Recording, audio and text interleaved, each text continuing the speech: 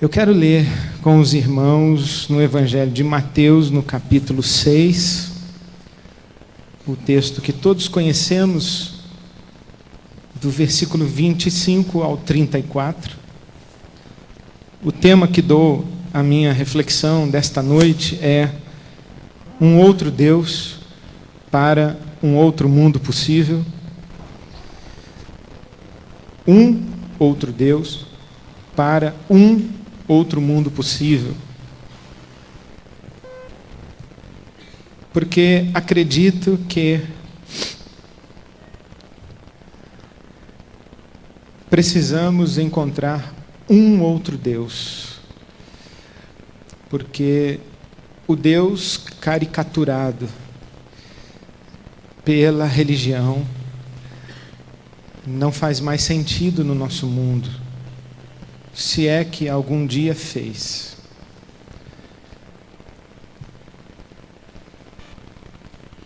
O Deus caricaturado pela religião nos trouxe a este mundo,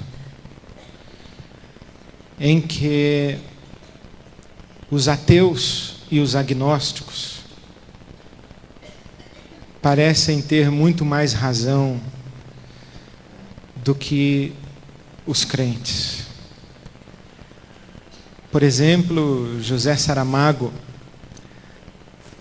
quando dos atentados às Torres Gêmeas em Manhattan, escreveu um artigo muitíssimo interessante chamado O Fator Deus, mostrando que ao longo da história, as religiões, todas elas, cometeram o maior dos pecados: matar em nome de Deus. Os islâmicos matam em nome de Deus. Os judeus matam em nome de Deus.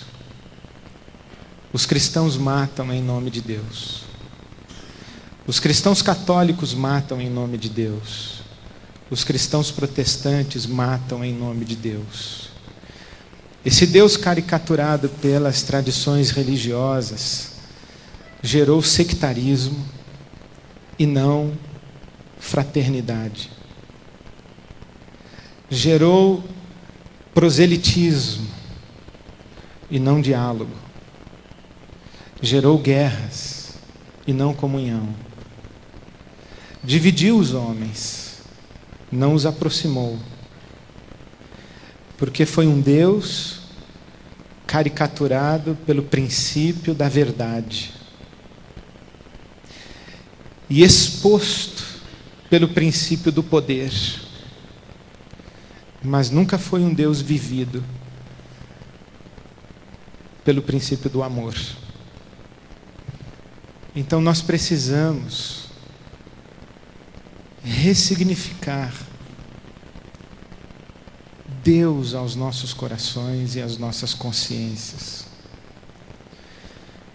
Porque o Deus de verdade e de poder é o Deus em nome de quem os seus fiéis não hesitam em matar.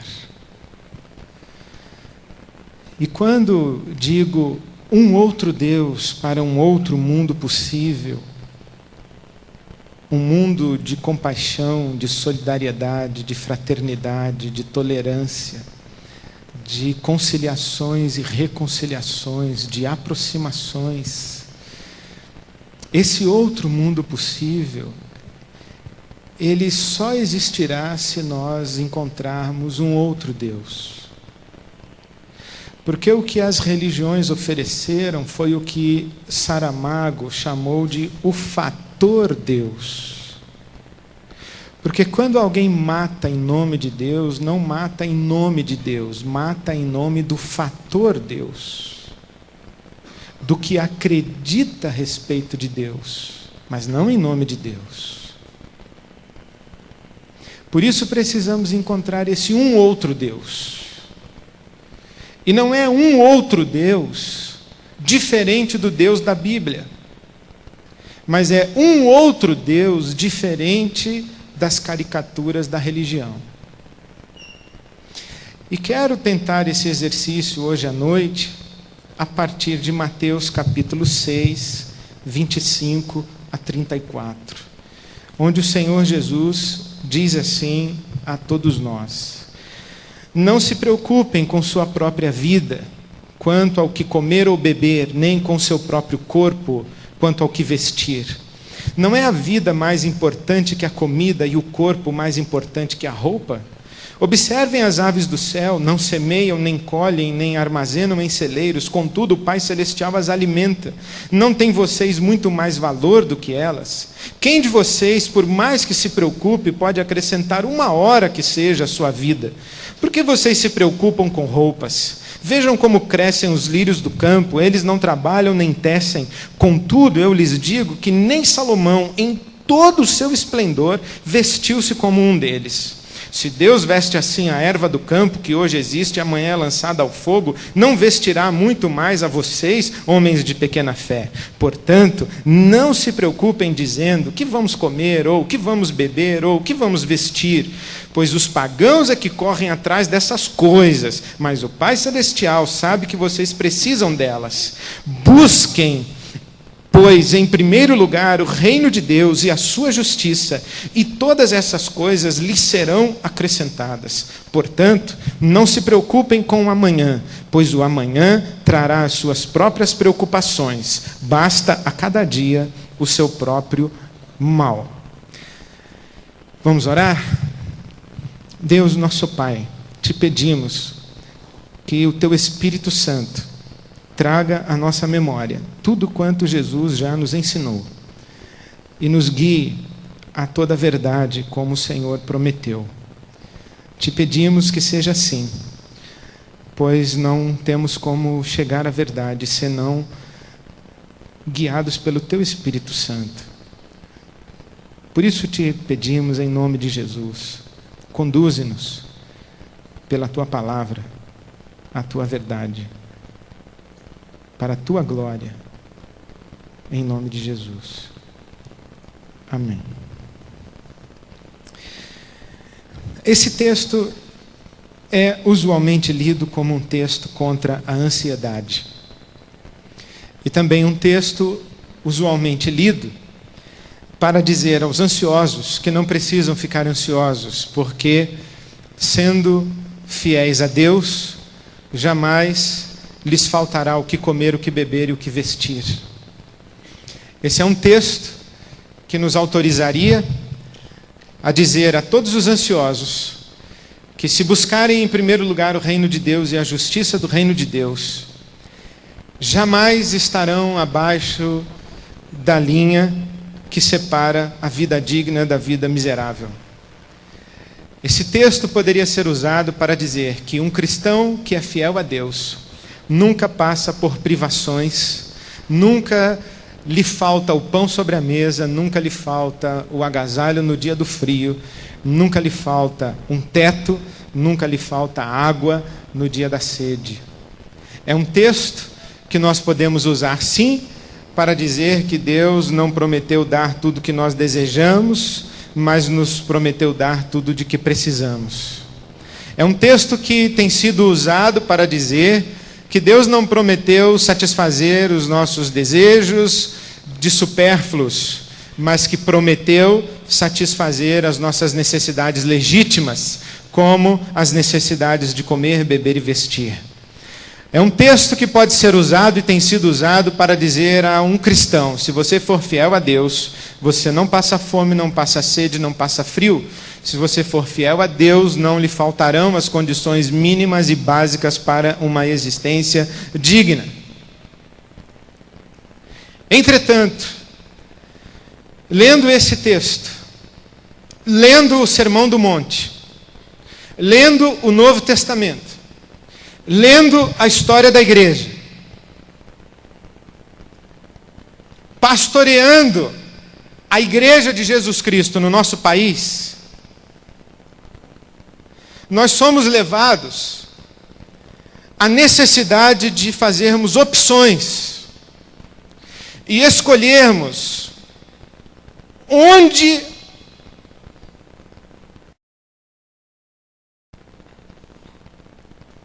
a situação proposta por Jesus está falha. Porque ou Jesus mentiu quando prometeu, ou Jesus não mentiu, porque quando prometeu acreditava piamente estar dizendo a verdade, isto é, ele não mentiu, mas ele se enganou, ou nós estamos lendo errado a palavra de Deus e o Sermão do Monte e este texto de Jesus. Por quê? Porque a história dos santos de Deus é pródiga em registrar que os homens e as mulheres mais íntimos do Senhor passaram fome, sede e frio. Passaram por privações, não poucas vezes, maiores, mais intensas, por períodos mais prolongados do que os cristãos menos comprometidos com o Evangelho do Reino de Deus.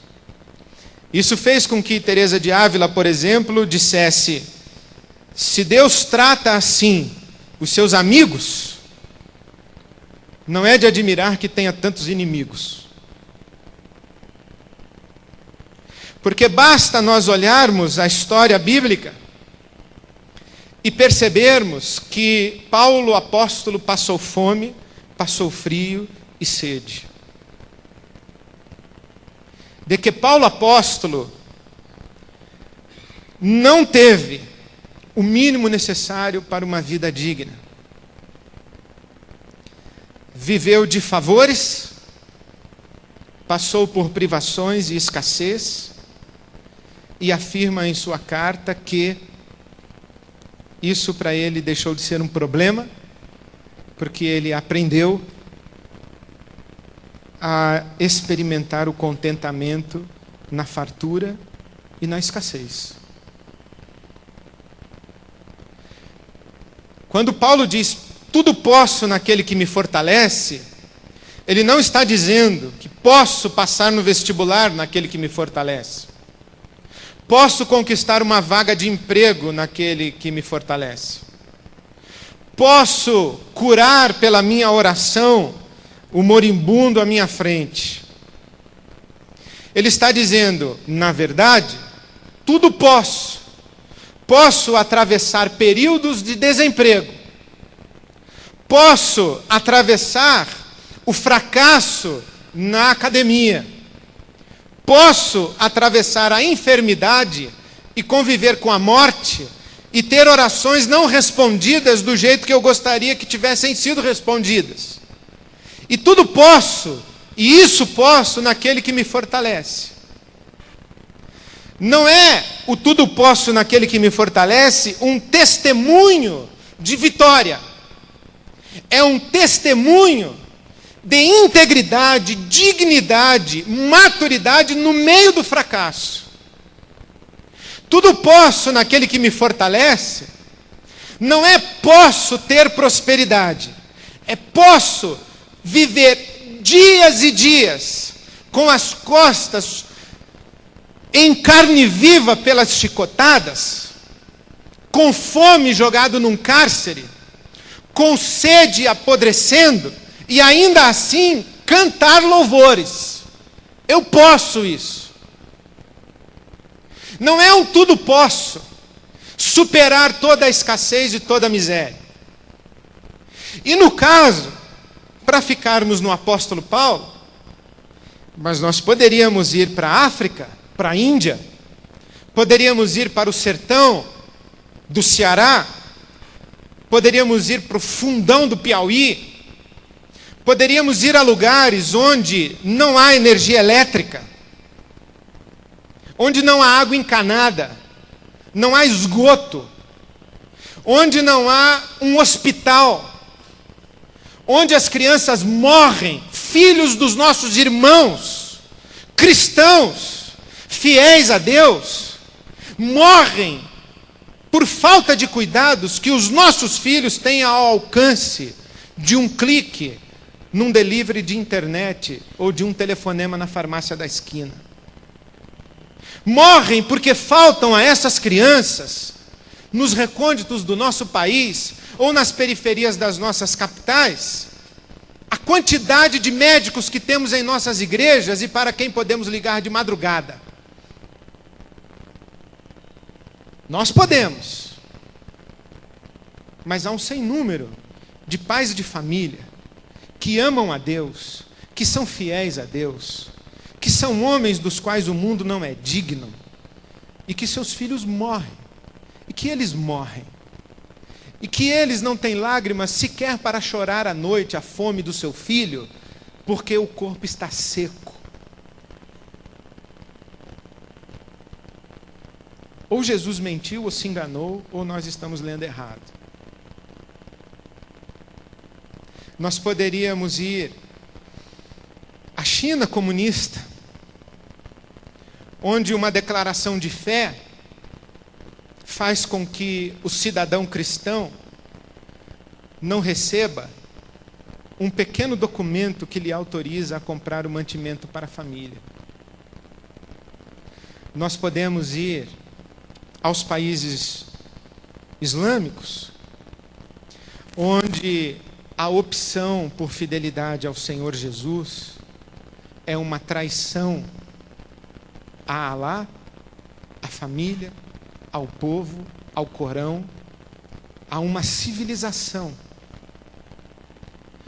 E coloca estes nossos irmãos nas privações menos desejadas por todos e cada um de nós. Ou Jesus mentiu, ou se enganou, ou nós estamos lendo errado. Porque nós conhecemos muitos irmãos que não têm o que comer, o que beber e o que vestir. Eu diria que não é que nós conhecemos muitos irmãos. Os nossos irmãos não têm o que comer, o que beber e o que vestir. Exceto os nossos irmãos dos Estados Unidos, que moram na Califórnia, que moram em Michigan, que moram na cidade de Atlanta, que moram no cinturão da Bíblia, e que são uma minoria diante do contingente cristão da África, da Ásia, da América Latina. Os nossos irmãos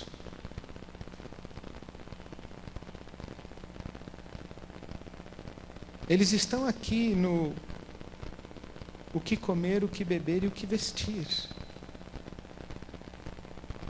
Nós que estamos aqui somos 2% da população brasileira.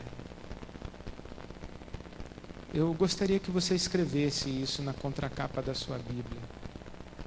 Você que pode ficar sem trabalhar uma semana em Águas de Lindóia, no Monte Real,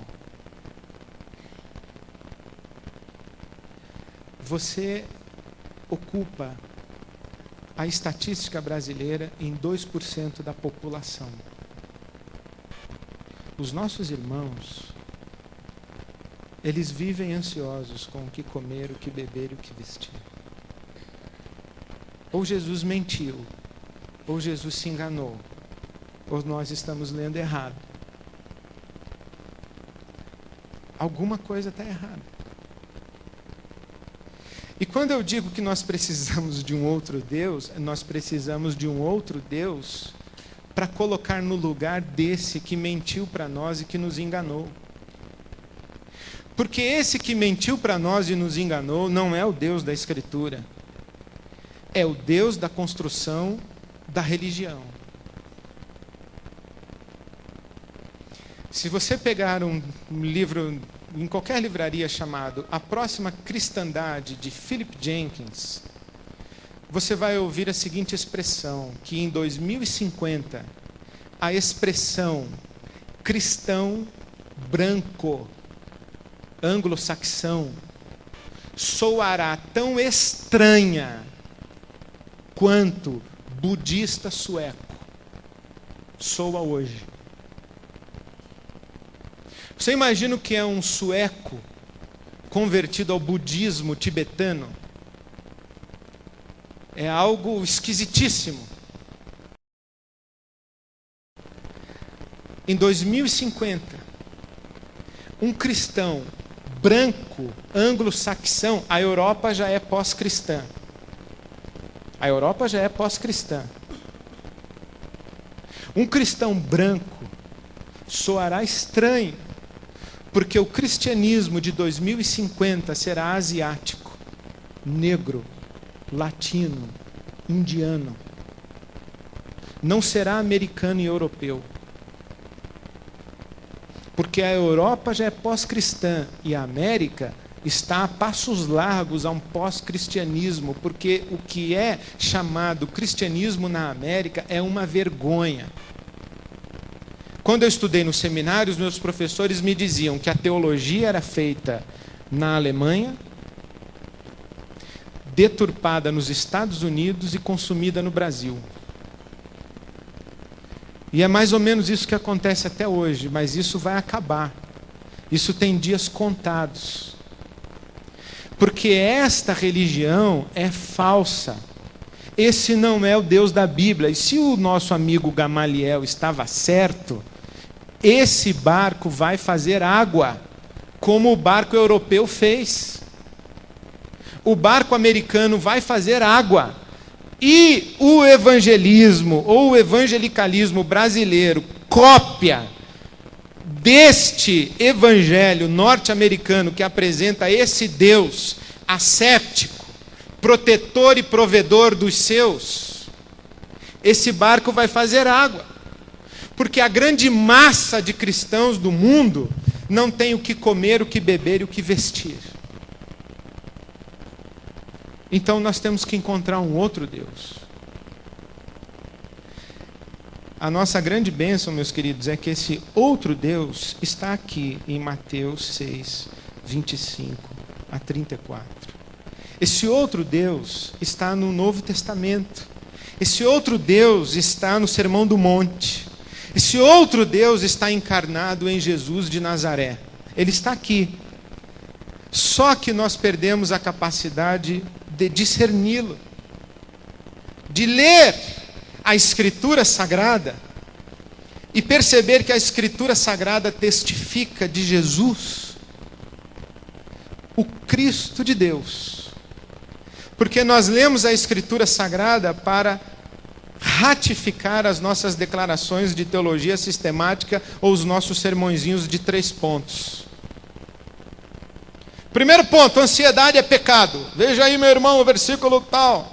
Segundo ponto, Deus cuida de você, porque cuida de passarinho, cuida de flor e coisa. Terceiro ponto, nunca lhe faltará o que comer, o que beber, o que vestir, porque está no versículo 31.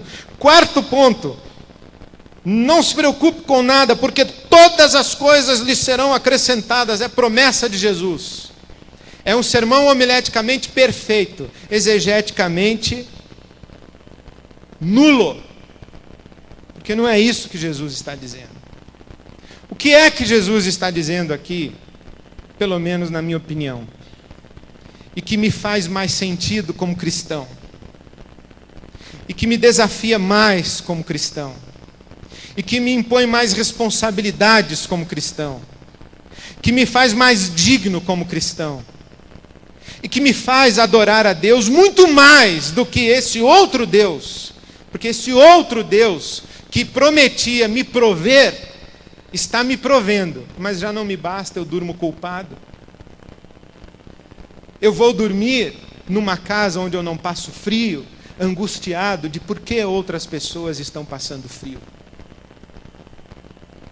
Eu tenho a mesa farta, Deus para mim está funcionando, mas já não me basta. Porque eu tenho o constrangimento de comer na minha mesa farta.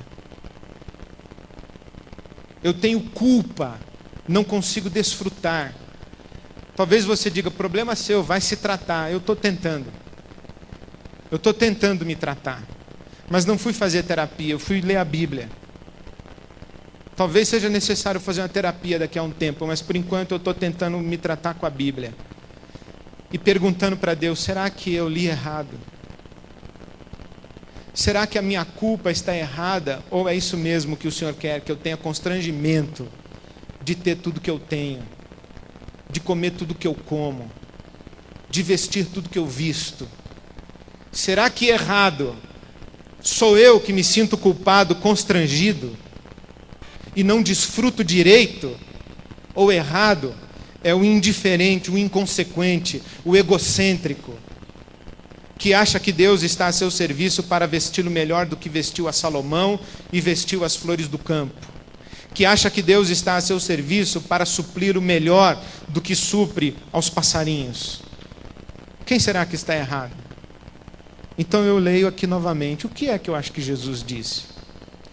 Eu acho que, em primeiro lugar, Jesus disse o seguinte: quando você passar fome, frio ou sede, quando você passar por privação e escassez, quando você estiver no olho do furacão da pior das tribulações, jamais duvide do amor de Deus por você e do valor que Deus dá à sua vida. Jamais.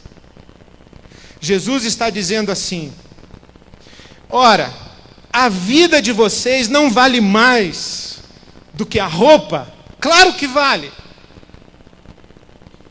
Ora, se Deus cuida de passarinhos e flores, não cuidaria de vocês, os filhos amados dele? Claro que cuidaria.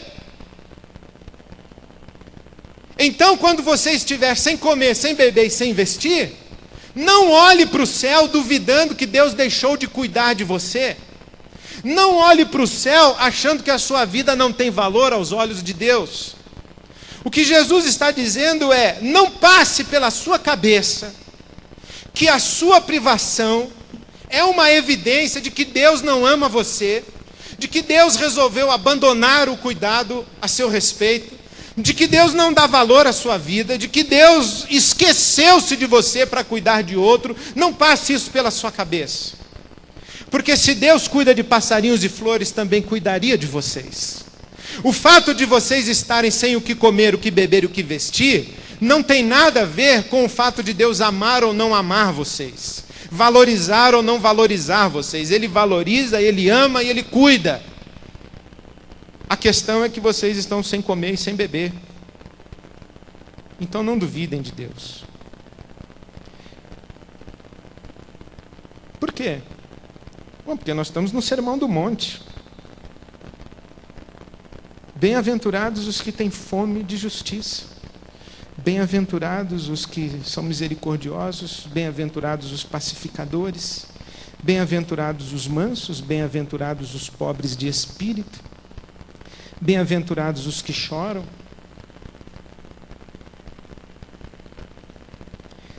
E lembre-se que antes de Jesus começar o Sermão do Monte, Jesus tem Mateus 4, 23.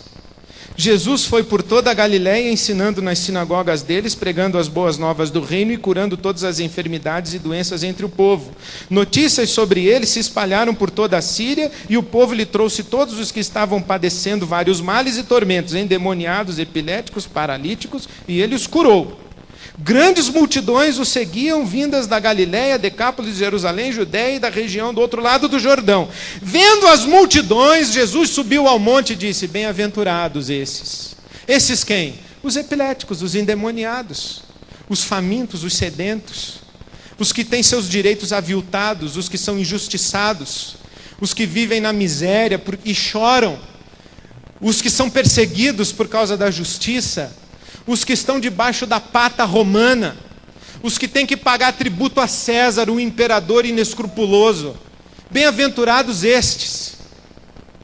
Por quê? Porque o reino chegou para eles. Eles não são bem-aventurados porque têm fome de justiça. Eles são bem-aventurados por quê? Porque eles serão satisfeitos. Não são bem-aventurados porque choram. São bem-aventurados porque são consolados. Eles não são bem-aventurados porque são pobres de espírito. Eles são bem-aventurados porque deles é o reino dos céus. As bem-aventuranças não são uma lista de virtudes. Queremos multiplicar em nossas igrejas pobres de espírito. Eu não quero ninguém pobre de espírito na minha igreja. Pobre de espírito é um sujeito ignorante a respeito das coisas de Deus. Confunde Jesus com Genésio. Trata Jesus como se ele fosse Exu. Isso aí é o pobre de espírito. Pobre de espírito, ele não entende nada do universo do reino espiritual. Ele está nas trevas, na escuridão. Eu não quero ninguém na minha igreja que tenha motivo para chorar. Você quer? Deus, manda sofrimento para essa comunidade, para o pessoal chorar bastante, para eles serem bem-aventurados para chorar, porque quem chora é que é bem-aventurado. Não, eu não quero ninguém na minha igreja com motivo para chorar. Eu não quero ninguém na minha igreja com fome e sede de justiça. Por quê? Porque só tem fome e sede de justiça quem está na injustiça ou está injustiçado. Quem está despido da justiça. Eu não quero gente na minha comunidade despida da justiça. Eu não quero manso na minha igreja. Manso é o sujeito que todo mundo grita com ele, ele diz, sim senhor, abaixa a cabeça. Manso é aquele que é tratado como escravo, sem a maior dignidade humana, e não reivindica seus direitos, tem os direitos usurpados, mas não levanta a voz. Eu não quero uma comunidade de direitos usurpados. Eu não quero. Eu quero sim uma comunidade que tenha consolação, que tenha consciência de que o reino de Deus chegou para ela. Eu quero sim viver numa comunidade que tenha a esperança de receber a terra por herança. Eu quero sim uma comunidade onde as pessoas estão sendo satisfeitas da justiça de Deus. Eu quero gente misericordiosa. Por quê? Porque eu quero gente sendo tratada por Deus com misericórdia e sendo tratada na humanidade com misericórdia. Eu quero gente que vê a Deus. Esse puro de coração aqui, que a gente acha tão bonito, eu traduziria como ingênuo, inocente, sem malícia. Mais propriamente o bobo. O bobo. E Jesus diz assim, foi para os bobos que a graça se revelou. Não foi para os sábios. Não foi para os cultos. Não foi para os grandes e os príncipes, foi para os pequeninos, os puros de coração, os ingênuos, os inocentes, os que não foram contaminados pela malícia do mundo. Até por força da novela, me parece que o céu vai estar muito cheio de gente com síndrome de Down. Eles verão a Deus. Eles verão a Deus.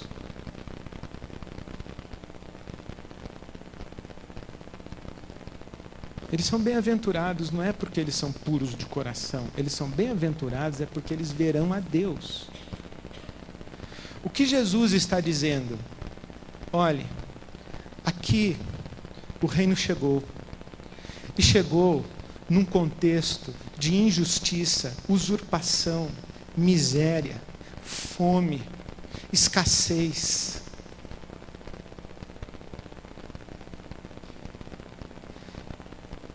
E eu sei que vocês vão passar por isso. Então não duvidem que Deus deixou de cuidar de vocês e deixou de amar vocês e dar valor à vida de vocês. Porque se Ele cuida de passarinhos e flores, Ele não cuidaria de vocês. Ele cuidaria. Então o fato de vocês estarem sem o que comer, o que beber, o que vestir, Deus não tem nada a ver com isso. Não olhem para o céu. Creia na possibilidade de você olhar para Deus no meio da sua tribulação, da sua angústia, da sua escassez, da sua pobreza, da sua derrota, de ver o ímpio ridicularizando na sua cara a sua biografia, a sua fé, o seu Deus, e você olhar para o céu e Deus olhar para você e dizer assim: meu filho, eu jamais gostaria que você estivesse passando por isso.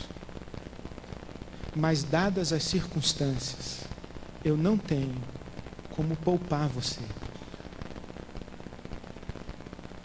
Eu não tenho como poupar você. Imagine Paulo, apóstolo, náufrago, chegando na ilha de Malta, tomando uma picada de uma cobra. Se um companheiro de viagem missionária de Paulo não diria assim: Paulo, não é por nada não, mas tu tem um azar desgraçado, bicho. Ó, a gente viaja, tu naufraga. Quando não naufraga, a gente apanha na praça, dorme na cadeia. Naufraga, bicho. A gente viaja, cai mó tempestade quando a gente viaja contigo.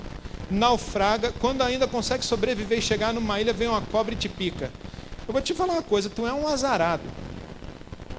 O Paulo poderia olhar para Deus e falar assim: Senhor, é assim que tu me pagas? Eu te sirvo, eu busco o teu reino em primeiro lugar e tu me pagas com naufrágio, paulada, fome, cadeia e picada de cobra. E Deus diria assim: Paulo, eu jamais gostaria que você passasse por isso, mas dadas as circunstâncias, eu não tenho como poupar você. Ou então, Tiago, preso. Senhor, o cara vai me passar na espada, Senhor. E Deus olha para Tiago e diz assim: meu filho, dadas as circunstâncias, eu não tenho como poupar você. Você vai para a espada. Ou então Estevão ajoelhado: Senhor, eles vão mandar pedra mesmo. Se o Senhor não fizer nada agora, eu estou lascadíssimo. E o Senhor se levanta do trono à direita do Pai e reveste Estevão de toda a consolação e coloca sobre ele um peso de glória e diz: dadas as circunstâncias, meu filho, é pedra. Mas o Senhor não prometeu aquele negócio lá de não ter o que comer, vestir, beber, aquele não valeu? Eu falei: não. O que eu disse lá foi que quando chegasse aí, sem ter o que comer, o que vestir, o que beber, e com o pessoal chegando com pedra na mão, o que eu disse é que você não deveria duvidar do meu amor por você, do valor da sua vida, e que eu continuo aqui cuidando de você e revestir você com peso de glória agora. Porque o melhor que eu tenho para você não é roupa, comida e água. Então não duvide. A segunda coisa que eu vejo nesse texto de Mateus capítulo 6 é que é justamente o nosso compromisso de buscar o reino de Deus em primeiro lugar que nos coloca em situação de desconforto, tribulação, perseguição e escassez que nós jamais enfrentaríamos se não estivéssemos buscando o reino em primeiro lugar. Porque, na verdade, esse é o apelo de um cristão que está na mira, na alça de mira, de um rifle de um soldado comunista. Você quer comer, beber e vestir, parar com esse sofrimento? Nega a sua fé. Você quer voltar para casa, reencontrar sua família, sua mulher, seus filhos? É simples. Negue o seu Deus. Se o seu problema é comer, beber e vestir, o caminho é fácil. Negue o seu Deus. E aí é justamente porque o camarada busca o reino de Deus em primeiro lugar e a justiça do reino de Deus em primeiro lugar, é que ele está nessa situação.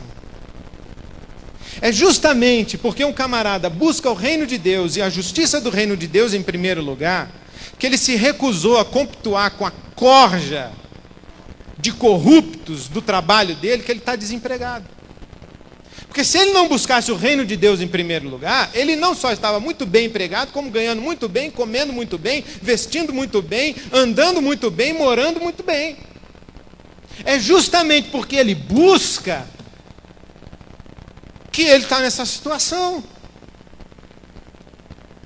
E Jesus deixou isso claro: eu envio vocês como ovelhas no meio de lobos. Eles me odiaram, eles vão odiar vocês. O Paulo, quando saiu pregando o evangelho e plantando igrejas, ele disse clara e taxativamente: através de muita tribulação vos importa entrar no reino de Deus.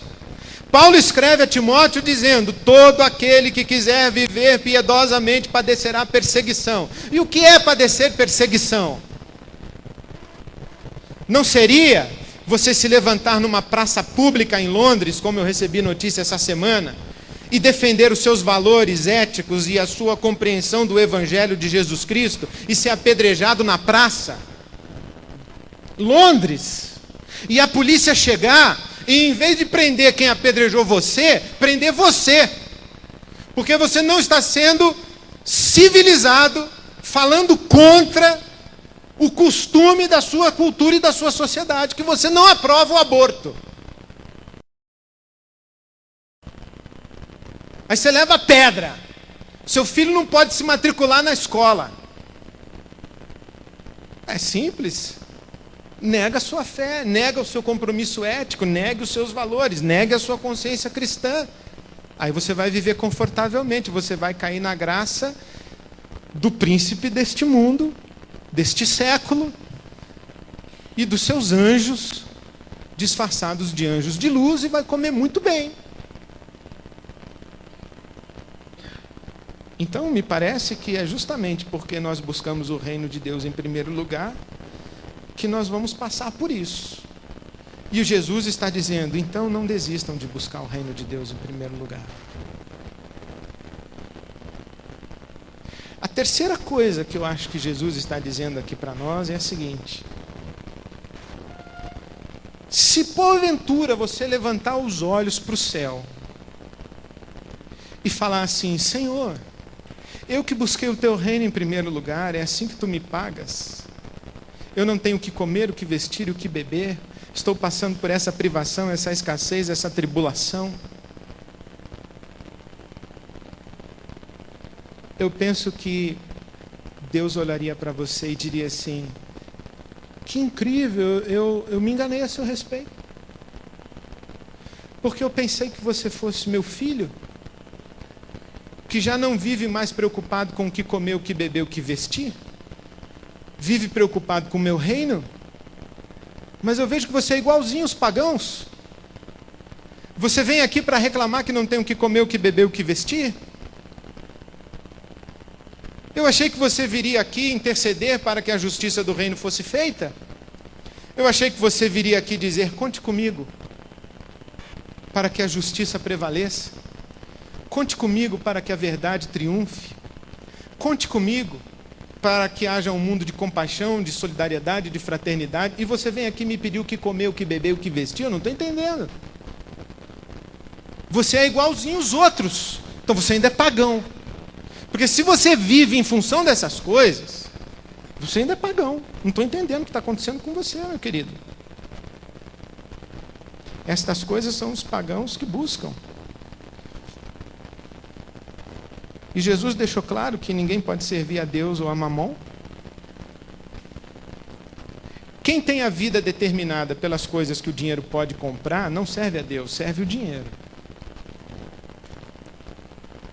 E não é só rico que serve o dinheiro, pobre também serve o dinheiro. Porque vive ao redor das coisas que o dinheiro compra. Ou para ser feliz ou para ser infeliz. Mas o fator determinante é o econômico. E aí Deus olha para nós e diz assim: o critério da sua vida ainda é conforto? Eu estou redondamente enganado a seu respeito. Porque eu pensei que você não era mais como os pagãos que buscam essas coisas.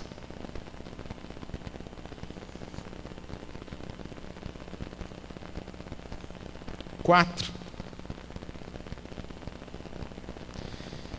Eu diria que quando o Senhor nos dá essa palavra, Ele diz assim: Deus vestirá, dará de comer, porque o Pai Celestial sabe que vocês precisam dessas coisas, e todas essas coisas serão acrescentadas a vocês.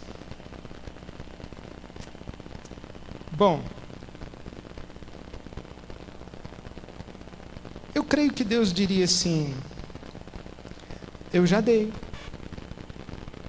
Eu já dei tudo. Eu já dei o que comer, o que beber, o que vestir. É que tem um pessoal aí embaixo que embolsou. Não chegou em você, meu filho. Porque eu já dei. Por quê? Porque o convite de Jesus ao reino é um convite para uma outra economia. Não é mais a economia da posse, é a economia da partilha. O conceito, olha, presta atenção no que eu vou lhe dizer agora. O conceito de propriedade privada é estranho ao cristianismo. O cristianismo desconhece propriedade privada. O cristianismo desconhece direito de posse. Desconhece. O que você tem não é seu, apenas está sob seu cuidado. É isso que nós ensinamos nas nossas igrejas. Nós cristãos devemos aprender a desfrutar sem possuir. Por isso precisamos aprender a partilhar e receber. Porque todo cristão que se preza gosta de preencher um bom cheque e dar de oferta. É claro, porque a Bíblia diz que melhor é dar do que receber. Então a gente gosta de dar. Só que na economia cristã, a gente também tem que receber. Receber sem se sentir diminuído, receber sem se sentir humilhado, receber sem se sentir menor do que aquele que nos dá. Receber. Porque a economia do reino de Deus é a economia da partilha. Basta você virar as páginas da sua Bíblia e chegar em Marcos 9. Onde a disputa é de Jesus com um camarada muito rico, e Jesus conclui dizendo: realmente é mais fácil passar um camelo pelo buraco de uma agulha do que um rico entrar no reino de Deus. Porque o rico, ele não consegue pensar na categoria da partilha e não consegue abrir mão de posse. Ele não sabe que riqueza é aquela que está em circulação. Ele pensa que riqueza é aquela que está sob seu poder. E que rico é aquele que tem. Não, rico é o que desfruta sem precisar ter.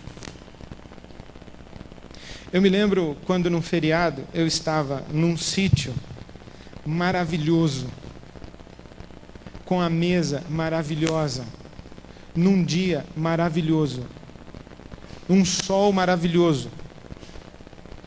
E na mesa do café da manhã, o meu amigo que é publicitário disse assim: fulana de tal fez uma campanha para nós e fotografou uma tarde dessa semana, ganhou $1 milhão, mais voo de primeira classe em Nova York e São Paulo, limusine no aeroporto e hotel 5 estrelas em São Paulo, para fotografar uma tarde. $1 milhão. Caramba. Aí eu pus o meu calção e fui correr no sol. E aí aquela ladainha, né? Senhor, não é justo. É justo. $1 milhão é muito, é um assinte. Como para eu ganhar $1 milhão, Senhor, te servindo, ó, sem roubar, sem nada. Não, $1 milhão. Ó, Senhor. E enquanto eu corria no sol, acho que a moleira amoleceu. Eu falei tanto, mas tanto, pensei tanta bobagem, que daqui a pouco eu ouvi uma voz na minha consciência me dizendo assim: se você ganhasse $1 milhão em uma tarde, o que você faria num feriado de manhã ensolarada? Falei assim: eu estaria exatamente agora num lugar paradisíaco, com uma mesa fartíssima, sentado à volta dessa mesa com os meus melhores amigos, os meus filhos brincando e correndo e tomando banho de piscina e desfrutando esse feriado maravilhoso nesse dia de sol. E a voz perguntou: e você está fazendo o que hoje? É verdade, eu estou num lugar paradisíaco, com os meus amigos, os meus filhos com saúde, correndo nesse sol, tendo perna, tendo ar, tendo ânimo. tendo o que fazer digno na vida quando eu voltar para o fim do feriado e eu voltar para o vale, tendo caráter, tendo esperança, tendo visões, tendo talentos, tendo dons, tendo recursos, tendo uma vocação, tendo um chamado. Quase que eu falei, Deus não precisa nem me dar os $1 milhão mais, mas não falei porque vai que ele... Essa é a economia do reino, é desfrutar sem possuir. Porque o Pedro diz assim, Senhor, nós deixamos tudo para te seguir. E aí Jesus diz assim, e daí? E daí, Senhor, que vantagem Maria leva? E Jesus responde, vantagem? Ora, não há quem tenha deixado tudo e não receba nesta vida 100 vezes mais e no porvir a vida eterna. É nessa vida.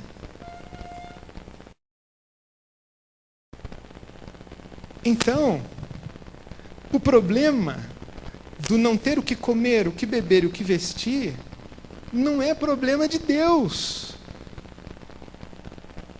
Vou voltar. O problema de ter gente no mundo, inclusive os nossos irmãos, que não tem o que comer, o que beber, o que vestir, cujos filhos morrem à míngua porque não podem tomar uma vacina, esse não é um problema de Deus. E a igreja jamais deveria estar rodando em volta desse problema. Porque Deus diria, dadas as circunstâncias, não tenho como poupá-lo. Você mora no Piauí. Você quer que eu faça o quê? Faça cair uma compra de supermercado, chover do céu em cima do seu barraco aí no Piauí e nada em volta? Alguém já viu isso acontecer?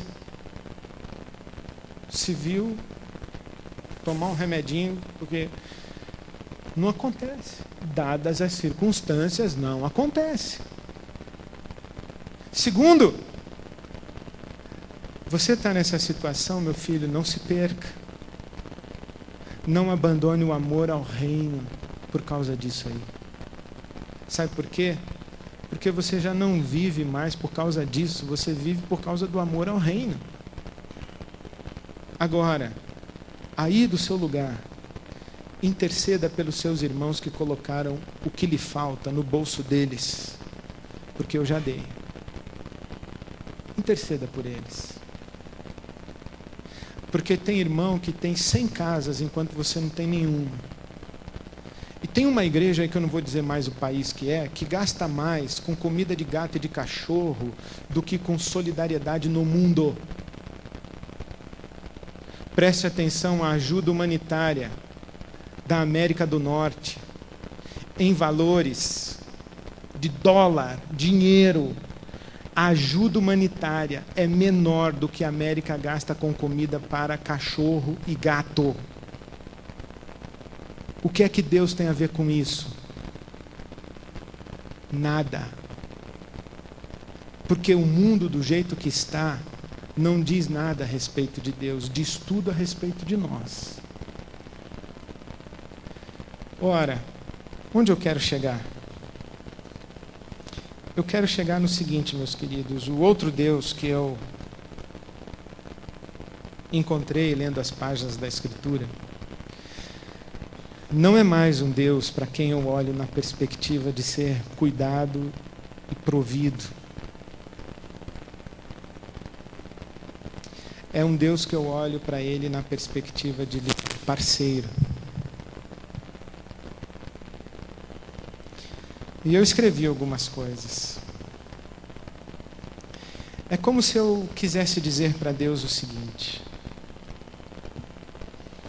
Se eu olhasse para Deus depois de ler Mateus 6, 25 a 34 e dissesse a Deus, Deus, meu Pai Celestial, Tu não precisas te preocupar comigo, com o que eu vou comer, beber ou vestir, porque não é mais isso que determina a minha vida. Se porventura eu ficar sem o que comer, o que beber e o que vestir, Tu não precisas te justificar. Não precisas me explicar por que sofro. Não precisas te ocupar com a possibilidade de eu blasfemar, perder a minha fé, descrer de ti ou do teu amor. Eu sei que enquanto ser humano, do lado de cá do céu, dadas as circunstâncias, é muito provável e muito possível que em algum momento eu tenha que passar por uma privação, uma escassez e uma necessidade. Mas eu queria dizer para o Senhor, meu Pai, que eu não estou mais preocupado com isso, eu só estou preocupado em buscar o Teu reino e a Tua justiça em primeiro lugar. Portanto, o que eu quero te pedir é que se um dia eu passar fome, sede ou frio, que Tu coloques um peso de glória sobre a minha cabeça, para eu te conhecer mais, para eu não trair o Teu coração amoroso, para eu não deixar de ser fiel a Ti. Ainda que sendo fiel a Ti, eu tenha que passar mais fome, mais sede e mais frio. Porque eu não estou mais preocupado em não passar fome, não passar sede, não passar frio. Eu estou preocupado com o Teu reino e com a Tua justiça. Eu gostaria muito, muito mesmo, de poder olhar bem nos olhos de Sartre, Nietzsche, Freud, Marx, e dizer para eles o seguinte: quando vocês criticam a religião, porque a religião aliena, infantiliza e gera covardes, eu quero dizer para vocês que vocês não estão falando nada comigo e a respeito do meu Deus. Inclusive que eu concordo com vocês.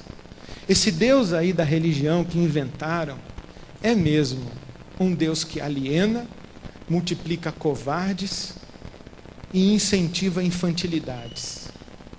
Agora, o Deus que se revelou em Jesus Cristo, esse não. Porque eu quero dizer para vocês que quando eu entreguei a minha vida para Jesus, eu comecei a ter mais problema do que solução. Eu não sou covarde, não sou infantil, não corro para a saia do Papai do Céu reclamando para Ele cuidar de mim. Não é comigo que vocês estão falando. Eu corro não para Deus, eu corro com Deus.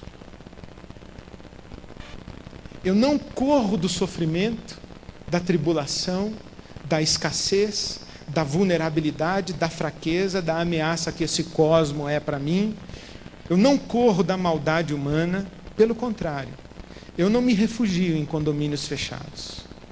Eu vou ao encontro da maldade, da pobreza, da escassez, do sofrimento humano, e eu vou lá com Deus, porque o Deus que eu encontrei é um Deus solidário, compassivo, amoroso, e que, sendo altaneiro, veio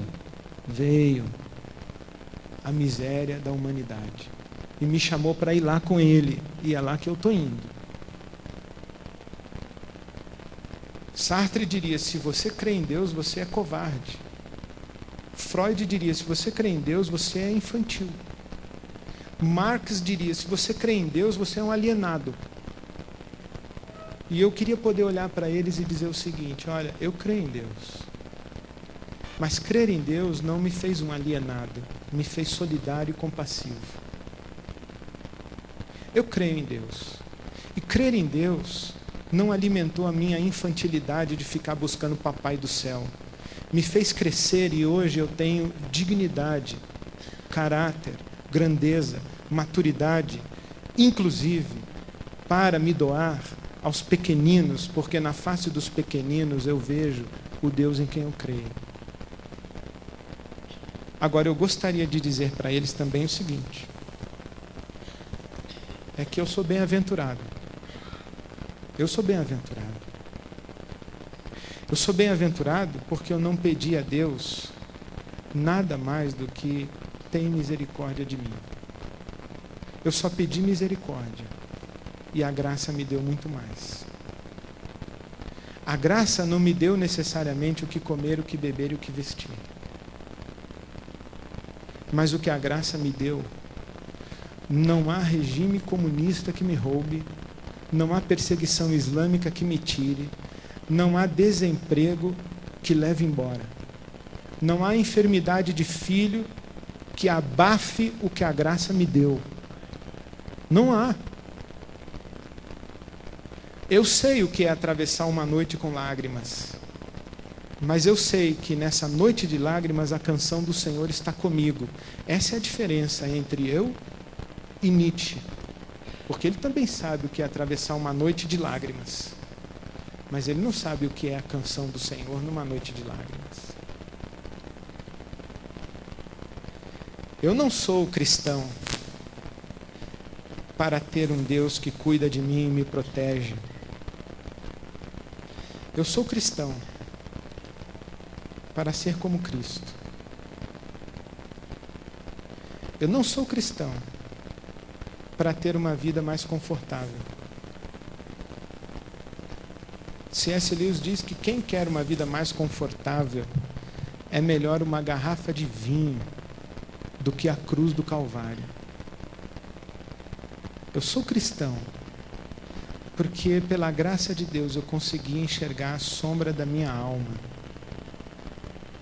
e encontrei em Jesus a resposta para que eu venha a ser humano, demasiado humano, sem achar que isso é pouco.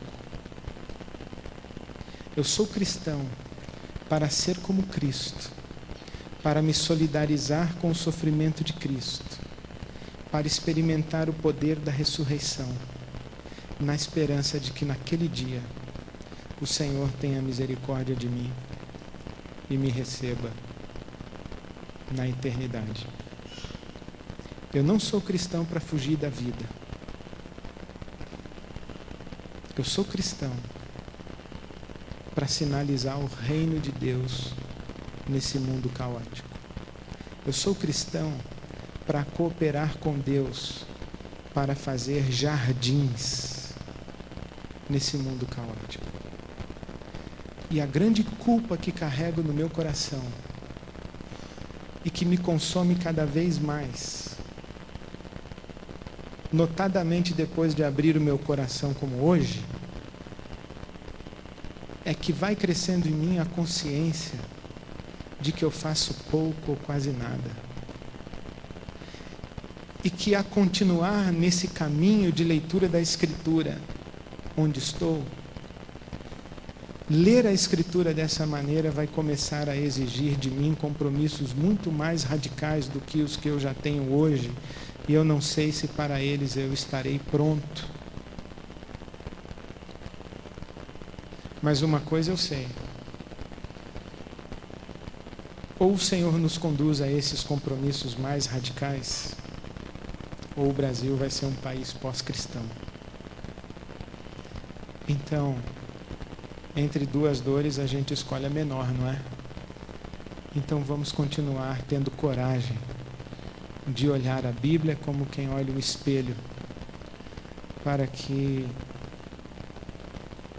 o caráter de Cristo e a imagem de Cristo se forme em nós, de tal maneira que exista mesmo um mundo onde as pessoas não precisam dormir ansiosas porque não têm o que comer, o que beber e o que vestir. Se a Igreja de Jesus não assumir essa radicalidade, ninguém vai assumir. Ninguém vai assumir. Se a Igreja de Jesus continuar buscando esse Deus papaizinho do céu,